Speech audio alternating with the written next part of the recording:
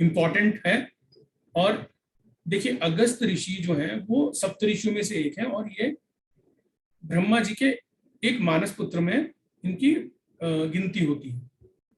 अब अगस्त ऋषि के बारे में अगर हमें थोड़ा समझना हो तो आपने पुलत्स्य के बारे में सुना होगा, रामायण अगर आपने देखी होगी, अभी रिपीट हुई थी पिछले साल से पिछले साल। तो उसमें जो पुलत्स्य ऋषि हैं उनकी जो शादी होती है वो हविर्भू नाम की एक कन्या से होती है। उनसे दो पुत्रों का जन्म होता है, एक अगस्त्य और विशर्वा। तो विशर्वा से जन्म होता है किसका? केकसी। विशर्वा केकसी की शादी होती है तो किसका जन्म होता है? रावण का, विभीषण का, कुंभकर्ण और सुपर्णखा का जन्म होता है। अगस्त की शादी होती है लोपामुद्रा से। ठीक है, इनके बारे में भी बताऊंगा आगे। और बेसिकली क्या है कि जो अगस्त हैं इन्होंने ही तमिल व्याकरण, तमिल लिटरेचर के बारे में इन्होंने ही बताया था कि साउथ में जो तमिल लैंग्वेज आई है वो इन्हीं की वजह से आई है। और साउथ में इनकी बहुत प्रोमिनेंस है, बहुत ज्यादा। अगस्त ऋषि के बारे में बहुत ज्यादा प्रोमिनेंस है। तमिल लैंग्वेज को लाने वाले अगस्त ऋषि ही थे। और इनको जनक बताया जाता है विद्युत का, मतलब इलेक्ट्रिसिटी जनरेट करने का। इनको ही जो है ये जाता है कि इन्होंने ही इलेक्ट्रिसिटी का जो उत्पादन है वो कैसे हो, बैटरी के कैसे हो, वो इन्हीं को जाता है। और जो एक नाड़ी शास्त्र में हम जो बोलते हैं ना नाड़ी ज्योतिष, तो नाड़ी में नाड़ी ज्योतिष अलग अलग किस्म के होते हैं। तो उसमें एक अगस्त्य नाड़ी होती है जो तमिल की बहुत फेमस ज्योतिष विद्या में माना जाता है। तो अगस्त ऋषि ने बेसिकली ज्योतिष में नाड़ी ज्योतिष यही लेके आए थे। और मैं आपको बताऊं, अगस्त ऋषि ही एक ऐसे ऋषि हैं जिन्होंने मतलब जन कल्याण के लिए ऐसे ऐसे कार्य किए कि मतलब वो शायद कोई भी नहीं कर सकता था। जैसे मैं कुछ एग्जाम्पल देता हूँ। जब देवासुर संग्राम हो रहा था तो उसमें उस वक्त क्या था कि काफी सारे असुर जो थे ना वो समंदर में जाके छुप जाते थे पूरे दिन। और क्या होता था, रात को निकलते थे और ऋषियों को मारते थे। वो इसलिए ऋषियों को मारते थे, उनको पता था राक्षसों को कि बेसिकली जो देव हैं इनका जो मेन बल है वो इनके तप के कारण है। अगर हम इनके तप को ना ही होने दें, अगर ये तपस्या ही ना कर सके, अगर ये कोई यज्ञ हवन की ही ना कर सके, तो इनका ये इतने तपोबली नहीं होंगे। तो ये क्या करते थे कि दिन के वक्त समंदर में रहते थे और रात के वक्त निकल के ना ये ऋषियों को मार दिया करते थे। जबकि उस देवासुर संग्राम में जीत कौन रहा था? ऑफकोर्स देवता लोग ही जीत रहे थे। उससे डर तो इंद्र और इन सबसे डर के कहाँ चले गए? समंदर में। अब रात को आके ऐसे कार्य करते तो इन सब ने शरण ली भगवान विष्णु जी के पास कि इसका क्या समाधान निकाले। तो भगवान विष्णु जी ने बोला आप एक काम करो, आप ऋषि अगस्त्य के पास जाओ, वो इसका समाधान देंगे। तो ऋषि अगस्त के पास ही जाते हैं। तो ऋषि अगस्त कहते हैं ठीक है, इसके बारे में मैं जरूर कुछ ना कुछ कार्य करूंगा। तो ऋषि अगस्त क्या होता है, जो जो समंदर है बेसिकली, जो समुद्र जो बोलते हैं हम घाट हैं या समंदर है, वो बोला जाता है भारतवर्ष में, मतलब भारत में वो साउथ की तरफ, दक्षिण दिशा की तरफ है।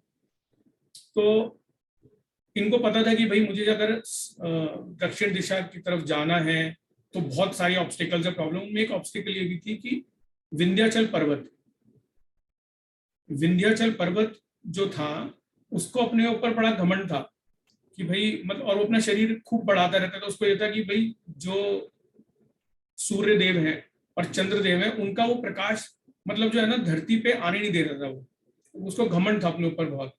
तो जितनी भी ऋतुएं थी ना वो सब डिस्टर्ब होने लगी। तो अगस्त ऋषि को ये भी पता था कि कहीं ना कहीं ऐसी कुछ चीजें चल रही है प्रकृति में जो कि जिनको बैलेंस में लाना बहुत जरूरी है। तो अगस्त ऋषि बेसिकली जाते हैं और जो है वो विंध्याचल पर्वत से बोलते हैं कि भैया आप जो है अपना आकार कम कर लो, छोटा कर लो, क्योंकि मुझे किसी धार्मिक कार्य के लिए मुझे साउथ दक्षिण दिशा की तरफ जाना है। जब तक मैं ना हूं तब तक तुम अपना आकार बढ़ाना मत। तो वो गुरु तुल्य व्यक्ति समान जो उनके व्यक्ति को मानते हैं कि भाई मेरे गुरु ही है, तो वो अपना आकार छोटा कर देते हैं और ये दक्षिण की दिशा की तरफ चले जाते हैं। ठीक है, और वहां पर जाने के बाद ये क्या करते हैं कि जितने भी समंदर होते हैं ना उन सबका जल पी लेते हैं। जब जल पी लेते हैं तो सारे राक्षसों को बाहर आना पड़ता है। तो जब सारे राक्षस बाहर आते हैं तो जो देवता लोग होते हैं वो इनको मार देते हैं राक्षसों। कुछ राक्षस ऑफकोर्स बच के वो पाताल लोक में चले जाते हैं वो कुछ बच भी जाते हैं तो पाताल लोक में चले जाते हैं। तो अब ऋषि अगस्त की अगर आप देखो, मतलब उनकी जैसे बोलते हैं बड़प्पन देखो, या आप उनके बारे में समझने की कोशिश करो, तो चाहे वो किसी लैंग्वेज की लिटरेचर को लेके हो, है ना, विद्युत का उत्पादन लेके हो ना, ज्योतिष में हो, उनका बहुत है। और जगत कल्याण के लिए उन्होंने समुद्र का पानी पी लिया। अब होना क्या था, जब उन्होंने पानी पी लिया ना, तो उसे सब तरफ सूखा पड़ गया था, अकाल आ गया था। अब जब अकाल आ गया तो देवताओं ने पूछा इसका उपाय क्या है, तो उन्होंने फिर वो ऋषि अगस्त के पास गए। उन्होंने बोला कि जितना भी पानी पिया था उसे वापस छोड़ दो। तो ऋषि अगस्त ने बोला कि मैं तो पी चुका हूँ, अब इसको बाहर निकालना तो मेरे लिए मुश्किल, मैं तो उसको पचा चुका हूँ, अब तो नहीं निकल पाएगा वो पानी। तो कहने का मतलब है कि एक ये भी कहानी है कि पी तो लेते हैं मगर उस पानी को वापस से वो जो है ना स्पिट नहीं कर पाते हैं, उसको निकाल नहीं पाते हैं। एक कहानी इनसे ये भी है जुड़ी है कि इनकी जो शादी है ना लोपामुद्रा की भी एक की जो कहानी वो भी इंटरेस्टिंग है।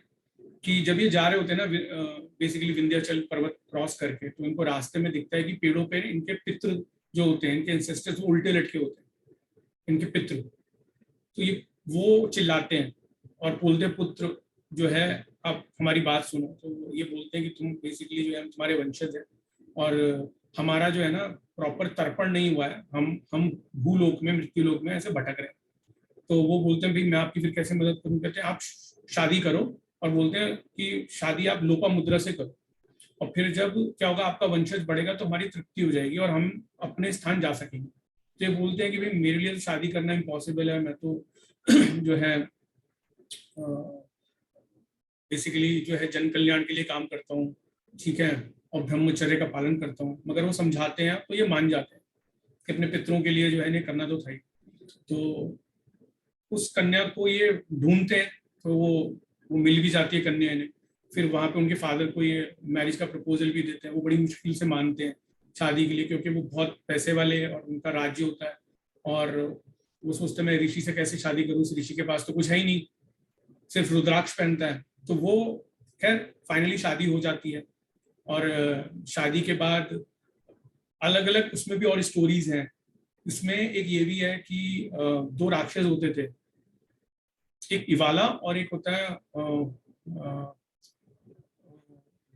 वपाती नाम का एक राक्षस होते हैं। दो भाई होते हैं बेसिकली, जिनमें एक क्या होता है, एक को ये इस तरीके का वरदान मिला था कि मतलब एक इलवाला के तो जो इलवाला होता है वो तो उसके पास तो बहुत धन होता है, बहुत ऐश्वर्य होता है, और उसका काम यही था कि ऋषियों को मारकर उनका पैसा लूट लेना, और उनकी मारने की दोनों भाइयों की स्कीम होती थी।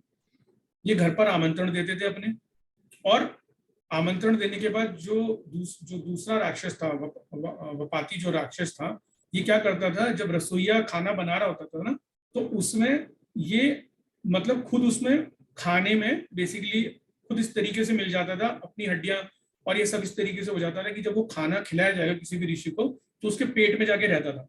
और वापस जब इलवला क्या होता था, बुलाता था इसको कि वपति बाहर आओ निकल के, तो ये एक गोट बन के बाहर आता था पेट फाड़ कर। तो ये कहानी है। तो ये क्या होता है इस कहानी में, ये ऋषि अगस्त को भी बुलाते हैं, ऐसे आमंत्रण देते हैं। तो ऋषि अगस्त समझ जाते हैं इनके पीछे का इनका जो है ना बैकग्राउंड में इनका जो थिंकिंग ये करने के जाते हैं। तो ये जाते हैं उधर और वैसे ही इनको खाना ऑफर किया जाता है और ये खा लेते हैं। इनको पता होता है कि जिसको मैंने खाया है वो खाने में वपाती नाम की राक्षस की इसमें जो है अस्थि और मज्जा है इसके अंदर। और इतने में वो इलवाला बुलाता है उसको कि भाई वपाती बाहर निकल, वो आता नहीं। तो ये अपने पेट पे हाथ फिरा कर ऐसे बोलते हैं, ऋषि अगस्त बोलते हैं जीर्णम जीर्णम करके बोलते हैं कि मतलब खाना मैंने पचा लिया है। और जो पेट पर हाथ फैलाने की जो वो कॉन्सेप्ट आया था ना, इन्हीं ऋषि के हाथ फैलाने के सर मतलब जो है पेट पर करने के बाद आया था कि हम लोग जब खाना खाते हैं तो पेट पे से हाथ करते हैं ना, तो फर्स्ट टाइम इन्हीं ऋषि ने किया था कि जीर्णम जीर्णम बोलकर। तो बेसिकली अगर आप देखोगे ना, अब मेरी बात को आप पता नहीं, मुझे भी नहीं पता कितनी सत्यता है या नहीं, ठीक है, मगर ऐसा कहा जाता है कि यही ऋषि ऐसे थे जिन्होंने जन कल्याण के लिए मतलब मांस भी खाया था। मतलब समझ रहे हैं ना, तो इसका क्या मतलब है? मतलब इन्होंने जन कल्याण के लिए मांस, क्योंकि ऑब्वियसली उसके अंदर कौन था, उसका भाई था इस वाला का, तो इन्होंने मांस भी खाया था। तो इनके बारे में ना बहुत इंटरेस्टिंग इंटरेस्टिंग स्टोरी है। तो कहने का मतलब ये है कि इस इन सबको मैं इसलिए बता रहा हूँ क्योंकि जो हम पेंडिंग कर्मा या हम जो स्टोरीज के थ्रू समझते हैं अपने लेक्चर्स को, तो इसमें हमको बहुत मदद मिलेगी। तो आगे मैं जितनी भी स्टोरीज हैं जो अभी हमने एक साथ समझने की कोशिश कर रहे हैं, तो मैं इनको हर भाव में बताऊंगा आपको कैसे इसको देखा जाए, क्या कर सकते हैं। और यही वो ऋषि हैं, जब सूखा पड़ा, मैंने जैसे बताया था दक्षिण में, तो ये ही कावेरी नदी को लेके आए थे। और वो कावेरी नदी कोई नहीं, इनकी वाइफ थी लोपामुद्रा, और उसको लाने में सबसे बड़ा हाथ गणेश जी का था। क्योंकि इनको अपनी वाइफ से इतना प्यार हो गया था कि जब उन्होंने, लोपामुद्रा ने अपने आप को ट्रांसफॉर्म किया था एक रिवर में, तो इन्होंने अपने कमंडल में रख लिया था, और ये कमंडल से उस जल को रिलीज नहीं करना चाहते थे, जबकि इन्हें पता था कि मेरे को, मैं आया ही यहाँ पे जन कल्याण के लिए हूँ, क्योंकि यहाँ पे सूखा पड़ रहा है। मगर तो ये भूल गए और उन्होंने उस पानी को रिलीज नहीं करना चाहा। तो फिर फाइनली गणेश जी आते हैं कौवे का रूप लेकर, और वो उस कमंडल को गिराते हैं। तो कावेरी नदी की जो उत्पत्ति है ना, वो ऐसे हुई है दक्षिण में। तो जो कावेरी नदी बहुत बहुत फेमस है, अगर आप मैसूर साइड जाओगे तो वहाँ पे डैम है कावेरी नदी का। तो वहां पर बेसिकली आपको, मुझे एक पार्क है, मुझे नाम याद नहीं आ रहा, मगर जस्ट उस पार्क की जो वॉल है, आप मतलब डैम देख सकते हो। तो बहुत फेमस पार्क है, जब भी कोई मैसूर जाता है तो वहां पे वो जरूर जाता है। तो इनकी बहुत सारी स्टोरीज हैं, इंटरेस्टिंग इंटरेस्टिंग। तो ज्योतिष को समझना, अगर सिर्फ और सिर्फ इतना ही मतलब समझ लिया जाए कि कुछ खाने, कुछ राशि, कुछ प्लैनेट, कुछ नक्षत्र, मतलब ज्योतिष इन सबसे बढ़कर है। आप मतलब समझ रहे हैं कि जब तक हम उसमें स्पिरिचुअल का एंगल नहीं डालेंगे, स्पिरिचुअलिटी नहीं डालेंगे, और बेसिकली हम अपने शास्त्र पुराण नहीं पढ़ेंगे, तो ज्योतिष का सार समझना ना, उसकी डेप्थ समझना बहुत मुश्किल है मेरे अकॉर्डिंग। मैं गलत हो सकता हूँ, मगर मेरा मानना यह है कि अगर आपको डेप्थ पता है तो कहीं ना कहीं जातक जीवन में सात्विक भी बनता है, क्योंकि वो कहीं ना कहीं अपने ऋषियों की बातों को फॉलो करने की कोशिश करता है, जो भगवान ने गीता में बात की है उनको फॉलो करने की कोशिश वो करता है। तो क्योंकि सिंपल, फिर आप अगर एस्ट्रोलॉजी पढ़ोगे तो शायद कर्म की जो फिलॉसफी है ना, वो आपको समझ नहीं आएगी, मतलब किसी को भी नहीं आएगी। क्योंकि ज्योतिष इज ऑल अबाउट ना कर्मा फिलॉसफी। ज्योतिष कर्मा पे काम बात ज्यादा करता है। और जब हम कर्मा के कॉन्सेप्ट को भूल जाते हैं तब हम रटते हैं। फिर आप कर्मा के कॉन्सेप्ट को याद रखोगे ना, कि पिछले जन्म के कोई कर्म है, उसके फल हमें प्रारब्ध के रूप में मिल रहा है। जब भी इस एंगल से सोचेंगे, आपको ज्योतिष कभी मुश्किल नहीं लगेगा। तो ज्योतिष सिर्फ कर्म कर्म फल पे काम करता है। ज्योतिष को अगर हम रटेंगे हम सब लोग तो नहीं समझ में आएगा, एक टाइम के बाद हम भूलने लगेंगे। तो कर्म फल बहुत बड़ा है, कर्म के बारे में जितनी चर्चा कर लो उतनी कम है। बट हम ये बोल सकते हैं, मतलब अगर हम उसको संक्षिप्त में बात करें, कंसाइज कॉम्पैक्ट रूप में बात करें, तो the more sattvic you will be ना, the more you will be able to think through, और डिफिकल्ट से डिफिकल्ट चीजों को भी आप डिकोड कर लोगे। तो इन कहानियों के थ्रू फायदा यही होता है कि हमें कहीं ना कहीं वो डिकोड करने में ना हेल्प मिले। देखो ज्योतिष में ना, एक मैं मानता हूँ परम विद्या, जिसको मैं मानता हूँ, मैं बोल रहा हूँ सब सर्वोपरि है वो विद्या, वो जिसे बोलते हैं प्रश्न पूर्ण। प्रश्न, जब आपकी बहुत ज्यादा कमांड हो जाती है ज्योतिष में ना, बहुत ज्यादा आपका जिसे बोलते हैं कि आपको अंदर से लगने लगे कि मेरा बहुत कमांड हो गई है, मुझे ना गुरुओं का आशीर्वाद मिल रहा है, मुझे भगवान की तरफ से पूरे संकेत मिल रहे हैं कि मेरा ज्योतिष पे हाथ बहुत अच्छा हो रहा है। तो प्रश्न में वो सब काम आता है। प्रश्न में जितना, मतलब प्रश्न की जो इतनी टेक्निक्स है ना, वो सब इन्हीं से जुड़ी हुई। अगर प्रश्न को आप सिर्फ किसी किताब के थ्रू समझने की कोशिश करोगे तो बेसिकली वो सार ना आप मिस करोगे, जो जो उसका उसका जो सब्सटेंस है ना, वो मिस करोगे। तो मोटा मोटा ये है, इनसे आपको सीखने को मिलता है, इन तरीकों से आपको थोड़ी आसानी हो जाता है ज्योतिष को सीखने। खैर, एनीवेज, तो अगस्त ऋषि की जो चर्चा है, अब हम आगे